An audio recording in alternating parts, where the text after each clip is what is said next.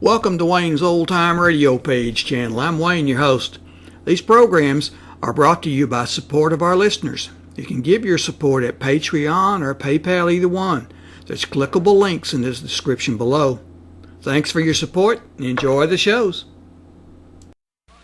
From Hollywood, it's time now for... Johnny Dollar. Mort Parkinson, Johnny, Eternity Mutual. Oh, how are you, Mort? I couldn't feel much worse. It's the olives that do it, not the martinis. I wish it were that simple. Can you come over to my office right away, Johnny? Well, I guess so, if... I don't often pull that confidential business, but I really would hesitate to go into this one on the phone. Pretty rough, huh? I'm afraid you're going to find it even worse than that. It's about Ed Morgan, Johnny. Ed Morgan? I'm sorry. I know he was a good friend of yours. Well, he's one of the best I ever had. Ed was a great guy. It's too bad he had to die that way. Johnny, it's too bad he didn't die a year sooner. What? You'd better come on over to the office.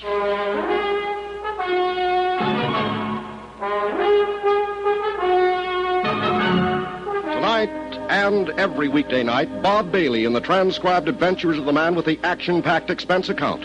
America's fabulous freelance insurance investigator. Yours truly, Johnny Dollar.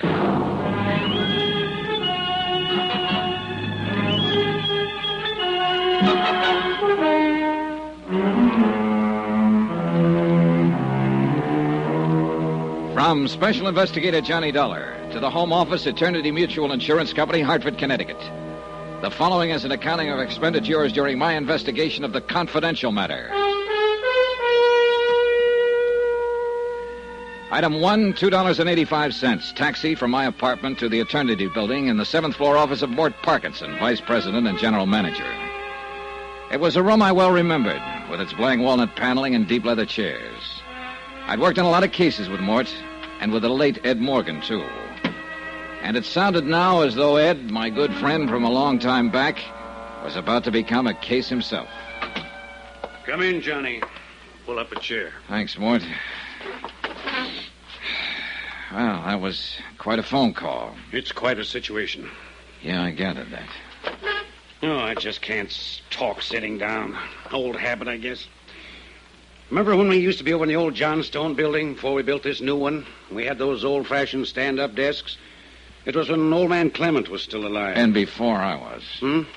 Oh, yes. I keep forgetting about you newcomers. Meaning everybody who's come into the game within the last 40 years. I suppose I am one of the original settlers.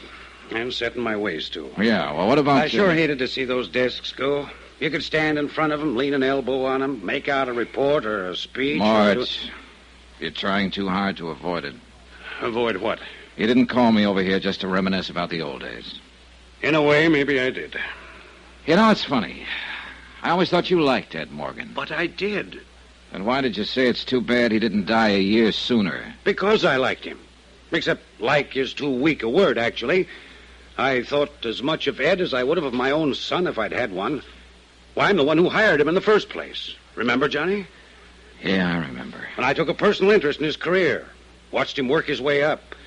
Till finally he was appointed chief adjuster for the West Coast, head of our San Francisco claims office. That was darn good for a man as young as he was. And I was proud of him, Johnny. Yeah, I know you were. He was a hard worker, honest, dependable. And he had a good, sound future ahead of him. And then, just like that. Accidents are usually just like that. A foggy night, sharp curve, and he drove his car off a cliff into the Pacific Ocean. And that was that. Tragedy. Fini, the end. Only it apparently wasn't the end, or you wouldn't have called me over here. No, it wasn't, Johnny. I wish it had been. Meaning? You'd better brace yourself. Within 2 weeks after Ed Morgan's death, we started getting complaints from some of our clients. What do you mean, complaints? Oh, demands for adjustment on claims Ed had reported paid weeks before, requests for past due settlements, and so on. Mort, I don't get it. Neither did I. So I sent a company accountant out to San Francisco on the QT and put him to work on the claims files. And we found out, Johnny. You found out what? That Ed's accounts had been doctored for some time. What?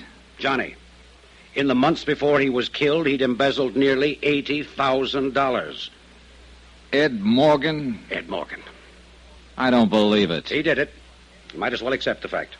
Anybody else, yes, anybody else. But not Ed. For one thing, money didn't mean that much to him. I know. We were always joshing him about living like an old hermit instead of a young bachelor. Well, then why would he do it, steal $80,000 after all these years of being honest? What would he want that would cost that much money? That's exactly what I wish you'd find out. Now, wait a second, Mort. Wait a second. This is one I don't want any part of. Neither do I. But I'm afraid I'm stuck with it. And you are, too, in a way. Why? Because Ed was your friend. Here's a flight ticket and reservation to San Francisco. Plane leaves in 2 hours. No. I'd rather pass it, Mort. Well, so would I. But we can't. Neither of us. There are too many questions left. And they've got to be answered. Not by me. $80,000 of the company's money is missing. I can't just write it off and forget it. It has to be accounted for. There are other investigators, Mort. And another thing that's just as important, to me at least, is to find out why he did it. It's a failure in human dynamics. A man like Ed, a man everybody respected and trusted, and he goes wrong. Why? Get somebody else to find out. I'd be pretty grateful if you'd do it, Johnny. Mort, I just don't want any part of I it. know how you feel. It's quite a shock to find out he was a crook. It's like somebody pulling the rug out from under you. So now you want to forget all about him. Leave him safely dead and buried. Dead, Mort, but not buried. If you remember, they recovered the car, but not his body. It's still somewhere beneath the Pacific. All right, then. Look at it from an efficiency standpoint, if nothing else. To any other investigator, Ed Morgan would be just a name, an unknown quantity. But you knew him. I thought I did. Regardless of what he did, Johnny, I just hate to think of a stranger pawing into his past. Maybe I still think back to the old times in the old country when the family buried their own dead. I know. And sometimes, Johnny, a friend has to go all the way. Even when the other person is goofed. Isn't that what the younger generation calls it? I'm not the younger generation, Mort. Right now, I'm older than Confucius. I'd sure appreciate it, Johnny. And after all, somebody's got to do it. Yeah, somebody's got to do it. And like you said, Ed was my friend. All right, Mort. Let's have the ticket.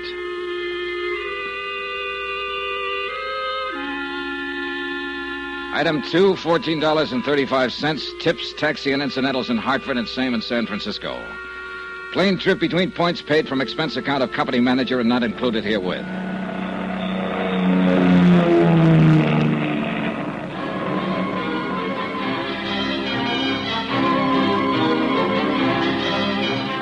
I went straight from the airport to Ed's last address when he was still alive, an apartment house in the Nob Hill section called the Drakeley Arms. And there's where I got my first surprise. Ed had always been the two-room bachelor walk-up type. But the Drakeley Arms consisted of equal parts of glitter, glass, swank, and price, including a uniformed doorman, a small private bar off the lobby, and an assistant manager with a gardenia on his lapel. Oh, he was a rare one, that manager. And it was a real gardenia. I am, of course, most desirous of assisting you in every way possible, Mr. What did you say your name was? Dollar.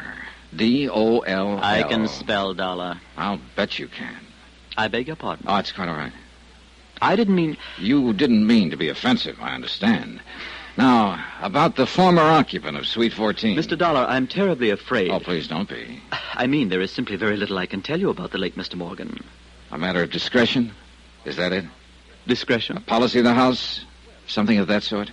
Well, we do, of course, try to protect the privacy of our residents. I'm sure you understand. Even to the extent of turning down $20? Well... A crisp one, isn't it? Under the circumstances... Nice likeness of Andrew Jackson, isn't it? Thank you, sir. Gratuities of this nature are always so helpful in smoothing the rough pathway of human relations. Don't you think so, Mr. Dollar? Definitely. It's already helping you remember my name. Well, money is a mental stimulant, isn't it? Don't call it money. Just think of it as item 3. I beg your pardon. Item... That's quite all right. I meant... Yeah, I know. It's kind of a habit I seem to be picking up. Now, has your memory been stimulated any in regard to Ed Morgan? Oh, yes, the late Mr. Morgan. Pardon me, Mr. Dollar. Yes? Oh, yes, Countess Margie. Yes, I'll be delighted to send the boy up for 2 quarts of suds. Suds? Would a nice dry Bavarian ale be... Yes, Countess, just plain beer. Yes, Countess, right away. Frightful old lady. Mixes it with creme de menthe, you know. Now, where were we, Mr. Dollar? We weren't, not yet. Oh, yes, the late Mr. Morgan. Well, he'd been our guest, you understand, for about 6 months at the time of his tragic accident. What was he paying for his suite of rooms? Oh, well, ordinarily we don't release information of Forget that. it. This is not ordinary. How much? $1,200 a month. I see. Oh, he was a true gentleman, if I may say so. A bon vivant. And on the crassly materialistic side, if you'll forgive me, sir, a very free spender. Sorry, 20's the limit. Mr. Dollar, I was not trying to coerce your generosity by, Putting on another bite? precisely. All right. So Ed was bedded down in a mink line stall and was throwing money around like water. What else? Who came to see him? What sort of visitors did he have? Well, none at all that I can recall. None at all? He leased that overpriced cubicle and then just sat in it? Well, What about friends here in the building? Most of our guests might be termed individually exclusive, even eccentric in some cases. Except, of course, Mrs. Barrett. Mrs. Barrett? Yes, one of the loveliest guests we've ever had the pleasure of... Excuse me, Mr. Dollar. Yes. Yes, Countess Margie, the boy is on his way. I know, but he has to go clear down to the corner. Yeah. Well, please tell little Pim Pam that I'm so sorry. A dog drinks that stuff, too. Now, where were we? About this Mrs. Barrett you mentioned. Oh, yes. Well, of course, she and Mr. Morgan were inseparable, you understand. They were together constantly. And Mr. Barrett? Oh, there wasn't any. Well, not recently, I mean. Deceased. You know, dead. Yeah, when? Early this year, as I recall. I didn't know him, of course. Mrs. Barrett moved in here shortly after his death. Not until then. And Ed Morgan, when did he move in? About 6 weeks later. Oh, he met her here then? Oh, no, they were already acquainted. Well acquainted. I see. In fact, I believe that Mr. Morgan and the young and very lovely widow met at the time of her husband's death, a matter of settling the estate or something of that sort. It would figure all right. I but don't you said... remember exactly why I thought so, but I do recall having an impression at the time that he moved in here only because of her. And as I say, they were together constantly, right from the first. That's all very interesting. I wonder if I could have a talk with this Mrs. Barrett. That would be utterly impossible, I'm afraid. Now, look, if you think you can I pry... simply mean she isn't here. Isn't here? She's been gone for 10 days now. Where'd she go? I really haven't the slightest idea, Mr. Dollar. Well, if she moved out, she must have left a forwarding address of some kind. Oh, she didn't move out. She still has her apartment here. She'll be back eventually, I imagine.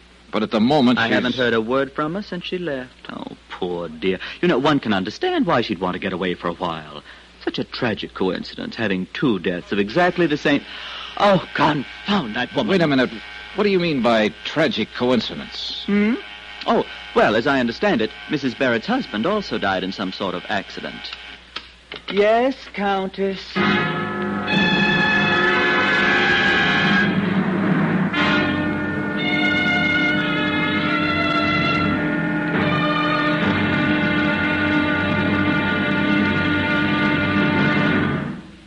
Now, here is our star to tell you about tomorrow's episode of this week's story. Tomorrow, the trail back into a man's past is a faint and twisting one. And at times it runs through quicksand. Join us, won't you? Yours truly, Johnny Dollar.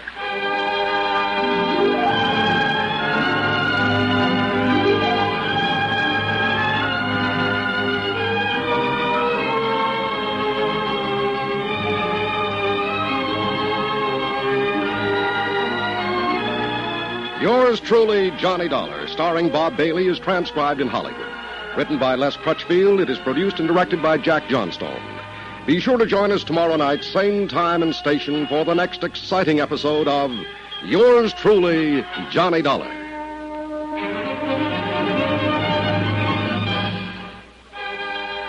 Hugh Brundage speaking.